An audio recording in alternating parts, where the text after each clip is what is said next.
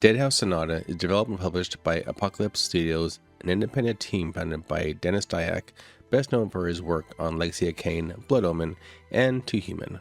The studio focuses on dark fantasy action experiences, and Deadhaus Sonata leans heavily upon gothic horror themes, cooperative play, and a class-based undead progression system. Deadhaus Sonata is the kind of game I've always been curious about, but slightly hesitant to jump into. Sometimes a game looks great in screenshots and trailers, but the moment I hear the term Souls-like, I start wondering if the difficulty is going to demand all of my gaming time. I don't mind a challenge. Difficult games sharpen your reflexes and keep you engaged, but when you're working against a deadline, that kind of time investment matters. Going in, I knew this was a demo, so I had a comfortable window to check it out. Before even starting though, there's one important technical note. If you're planning to record gameplay using Windows Game Bar or OBS, you may run into a resolution issue. The demo defaulted to 1920 by 1080 full screen, but recording wouldn't work.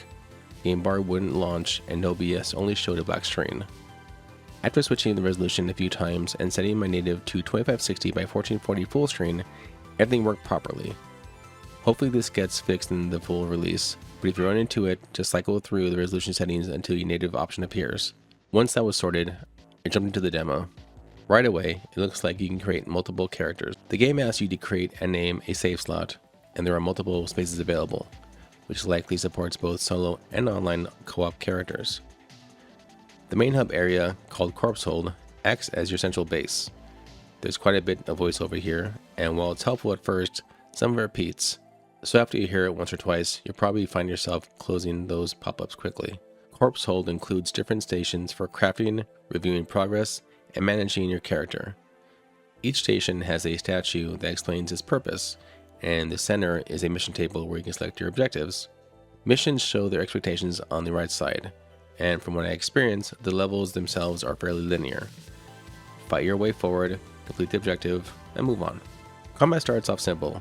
Left mouse handles your primary attack, and like most RPG style systems, additional abilities unlock as you level up. One mechanic that stood out immediately is that you play as a vampire.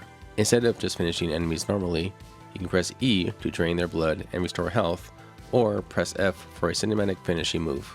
The trade-off is that feeding leaves you vulnerable, so there's a constant balance between survival and positioning. The first mission works as a short tutorial, but the second mission opens things up significantly. There's a large area with a town, a castle, and several large doors that look to become accessible in the full game. The objective wasn't very clearly spelled out, so I took the classic approach: eliminate everything. That seemed to do the trick, because shortly after, the demo ended and confirmed the mission was complete. Leveling up feels rewarding. Each level unlocks a new ability, and the progression comes quickly enough to keep things interesting. The dash ability was useful early on, but the standout for me was an area of effect blood drain. Your character floats into the air, siphons health from nearby enemies, and drops back down and ready to keep fighting. It looks great, restores health, and makes you feel powerful, especially when you land in the middle of a group and go right back on the offensive. There's also a tarot card system that appears to modify gameplay, but the demo doesn't do a great job explaining it.